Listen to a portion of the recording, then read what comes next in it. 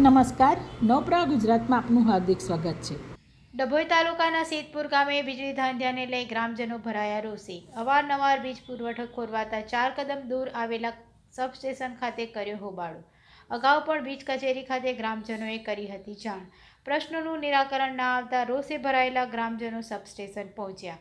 ભારે સૂત્રોચ્ચાર સાથે મચાવ્યો હોબાળો. સબસ્ટેશન ગામમાં હોવા છતાં નથી મળતો પૂરતો વીજ પ્રવાહ. વીજ પ્રવાહ અનિયમિત થતાં ઇલેક્ટ્રોનિક ઉપકરણોને પહોંચે છે નુકસાન. ગામમાં સબસ્ટેશન હોવા છતાં બીજી લાઇનથી અપાય છે વીજ પ્રવાહ. સબસ્ટેશનમાંથી ગ્રામજનો કરી રહ્યા છે વીજ પ્રવાહની માંગ. ડભોઈ પોલીસ પણ ઘટના સ્થળે દોડી આવી. નિયમિત વીજ પ્રવાહ નહીં મળે તો ઉગ્ર આંદોલનની ચીમકી ઉચ્ચારી.